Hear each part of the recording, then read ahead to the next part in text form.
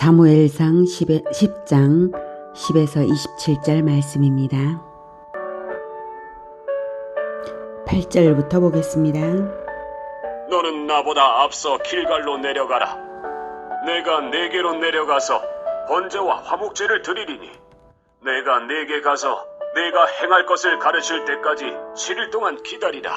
그가 사무엘에게서 떠나려고 몸을 돌이킬 때에 하나님이 새 마음을 주셨고 그날 그 징조도 다 응하니라. 그들이 산에 이를 때에 선지자의 무리가 그를 영접하고 하나님의 영이 사울에게 크게 임함으로 그가 그들 중에서 예언을 하니 전에 사울을 알던 모든 사람들이 사울이 선지자들과 함께 예언함을 보고 서로 이르되 기스의 아들에게 무슨 일이 일어났느냐? 사울도 선지자들 중에 있느냐? 하고 그곳에 어떤 사람은 말하여 이르되 그들의 아버지가 누구냐? 한지라. 그러므로 속담이 되어 이르되 사울도 선지자들 중에 있느냐? 하더라. 사울이 예언하기를 마치고 산당으로 가니라. 사울의 숙부가 사울과 그의 사환에게 이르되 너희가 어디로 갔더냐? 사울이 이르되 암나기들을 찾다가 찾지 못하므로 사무엘에게 갔었나이다. 하니 사울의 숙부가 이르되 청하노니 사무엘이 너희에게 이른 말을 내게 말하라. 하니라. 사울이 그의 숙부에게 말하되 그가 암나기들을 찾았다고 우리에게 분명히 말하더이다. 하고 사무엘이 말하던 나라의 일은 말하지 아니하니라.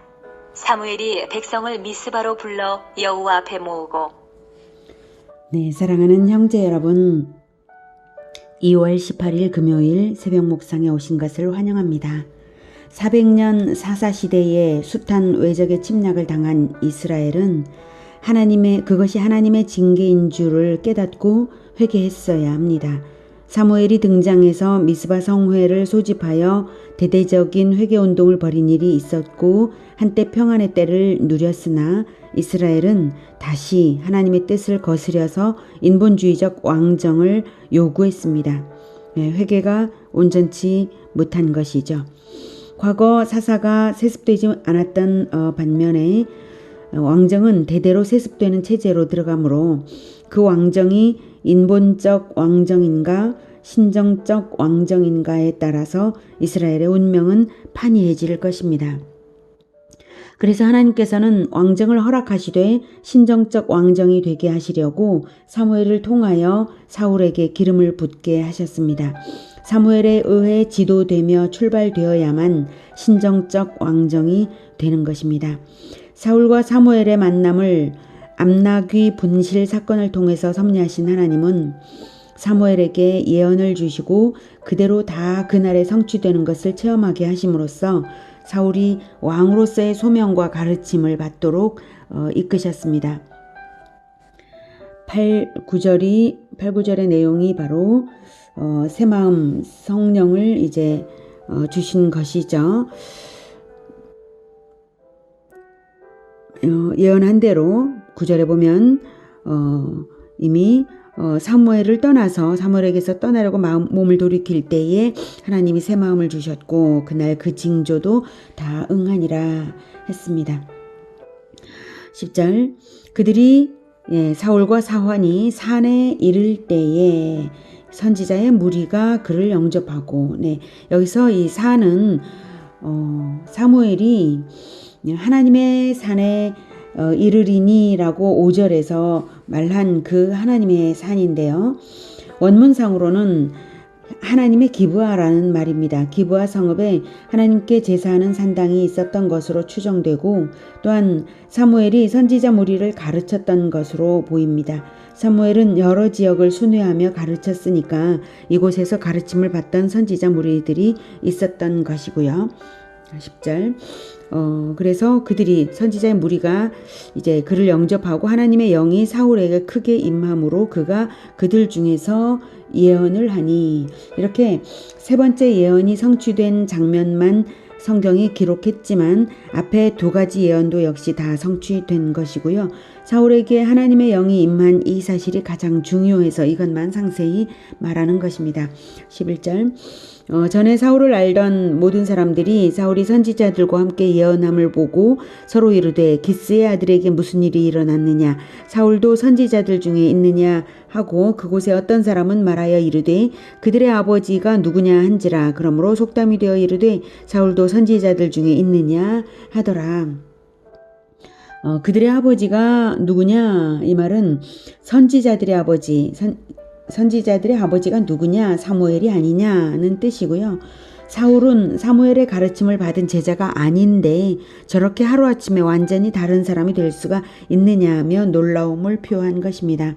이렇게 사울도 선지자들 중에 있느냐는 말이 속담이 될 정도로 사울이 성령 충만한 것이 사람들 눈에도 확연했습니다.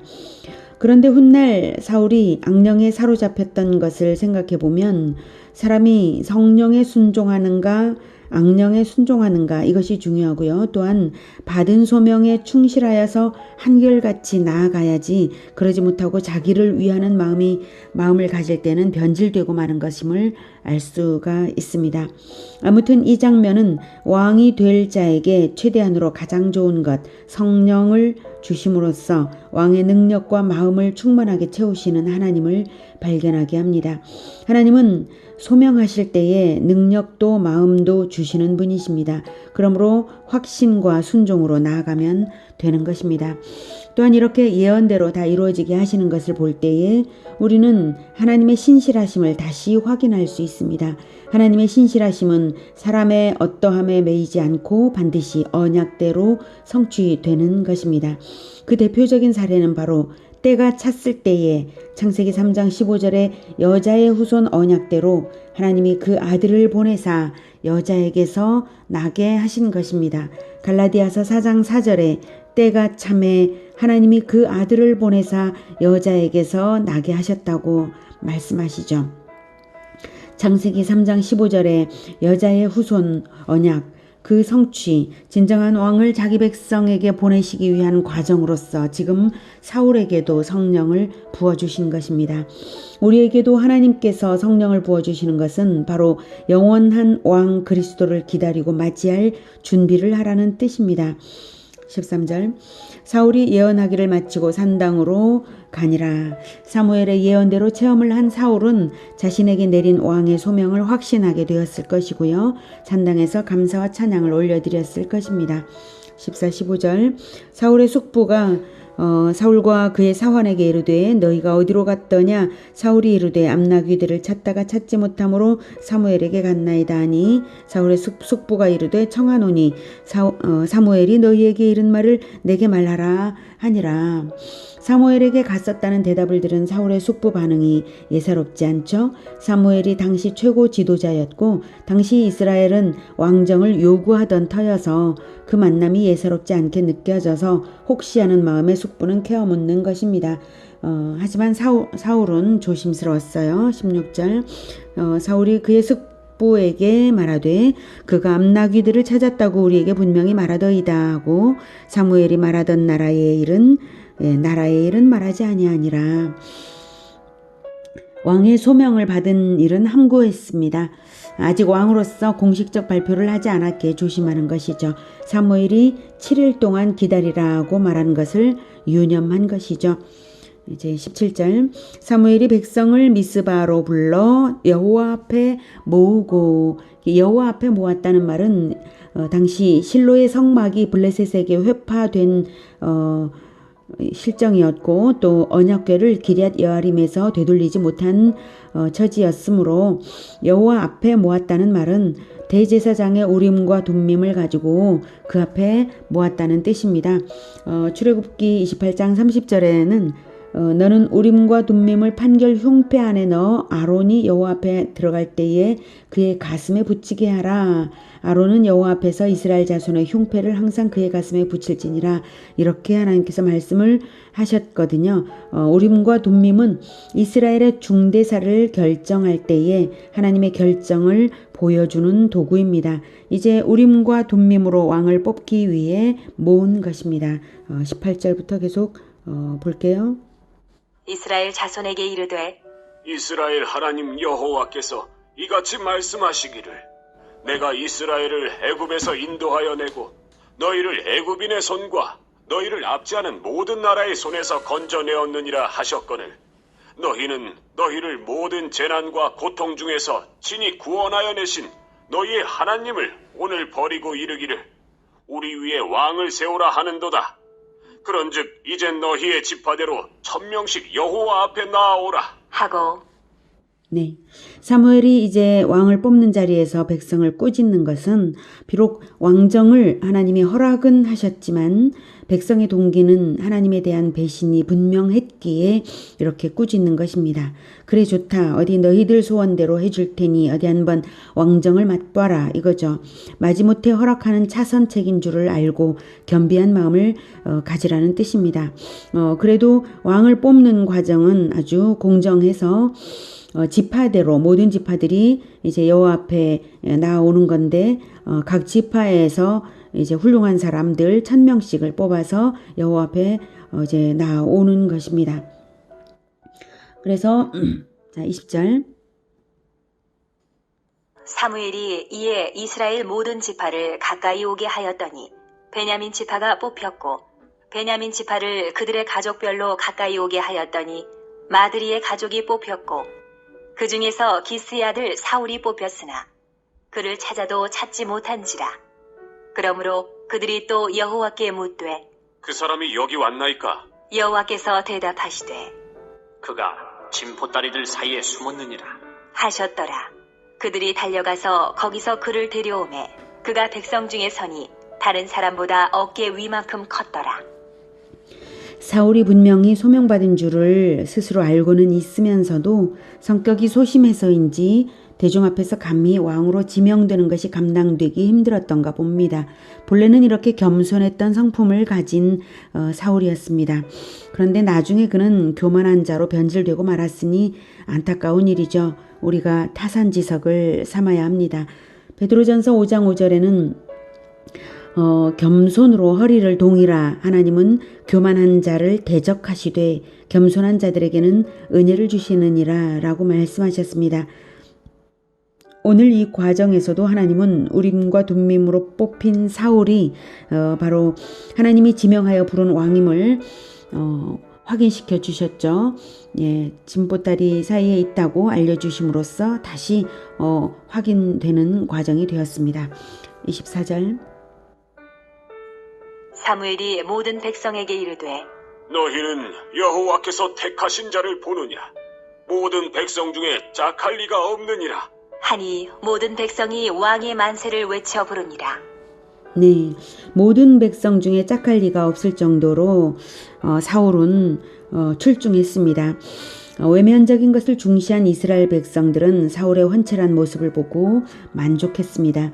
이제 중요한 것은 신정적 왕정이 되기 위한 제도를 가르치는 것입니다. 25절 사무엘이 나라의 제도를 백성에게 말하고 책에 기록하여 여호와 앞에 두고 모든 백성을 각기 집으로 보내매 네, 이렇게 해서 사무엘에 의하여 하나님의 다스림을 대신할 왕이 세워지고 신정적 왕정 제도가 세워졌고 그리고 여호와 앞에 그 책을 기록하여 두었다는 것은 대제사장에게 맡겨서 두었다라는 의미로 받아들여집니다. 자, 이렇게 신정적 왕정 제도가 아주 공정하게 그리고 공식적으로 이제 되었습니다. 26절 사울도 기브와 자기 집으로 갈 때에 마음이 하나님께 감동된 유력한 자들과 함께 갔느니라. 예, 이제 보필하는 자들도 생겨서 하나님께 감동된 사람들이고요. 어떤 불량배는 이르되 이 사람이 어떻게 우리를 구원하겠느냐? 하고 멸시하며 예물을 바치지 아니하였으나 그는 잠잠하였더라. 네, 아마도 가장 약한 베냐민 지파에서 어떻게 왕이 나왔는지 불만인 사람이 말을 했을 거예요. 이 불량배는 우림과 둠밈으로 뽑은 과정이 하나님의 역사임을 믿지 않는 것이죠. 그리고 진보다리들 사이에 사울이 있다고 알려주신 것도 하나님이심을 믿지 못한 것이고요. 이렇게 믿지 않는 사람들은 눈으로 보고 귀로 들어도 안 믿는 것이고 그러니 예물을 바치지 않는 행위로 나타나는 것입니다. 그래도 사울은 마음에만 두고 잠잠했습니다. 이 겸손함이 끝까지 갔으면 좋았을 것인데 말입니다. 제비뽑기가 사람의 눈에는 전적으로 우연인 것처럼 보이지만 하나님께서 모든 일을 섭리하심으로 하나님이 정하신 뜻대로 된 것입니다. 잠언 16장 33절에는 제비는 사람이 뽑으나 모든 일을 작정하기는 여호와께 있느니라고 말합니다. 하나님은 이렇게 제비 뽑기를 통해서 기름 부어주신 바 사울의 왕됨을 이스라엘에 공식화하셨습니다. 오늘은 신정적 왕정을 시작하도록 하나님이 지명하신 대로 사울에게 성령을 부어주시고 온 백성 앞에서 사울이 뽑히게 하심을 보았습니다. 하나님께서 지명하시면 능력도 주시고 새 마음도 주시고 대중적인 인정을 다 주십니다. 중요한 것은 겸손한 마음을 끝까지 유지하며 오직 소명에 충실하게 끝까지 나아가는 그것입니다. 소명받은 것을 붙잡고 충성하는 것, 그것이 바로 왕의 첫째가는 덕목입니다. 충성으로서 왕같은 제사장의 소명을 다 이루는 우리 모두가 되기를 기원합니다. 기도하겠습니다. 하나님께서 우리에게 왕같은 제사장이라고 불러주시고 또한 성령을 부어주신 줄 믿습니다. 우리가 성령께서 인도하시는 대로 순종하고 겸손한 마음을 끝까지 유지하며 오직 하나님께서 우리 각 사람에게 주신 바 소명에 충실하게 끝까지 나아갈 수 있게 도와주시옵소서. 우리가 오직 이 겸손함을 잃지 않도록 겸손의 왕이신 예수님을 따라 십자가를 지는 마음 끝까지 가지고 실천으로 나아가게 하옵소서. 우리가 그리하겠습니다. 예수님의 이름으로 기도드립니다. 아멘. 이어지는 시간은 개인 기도 시간입니다.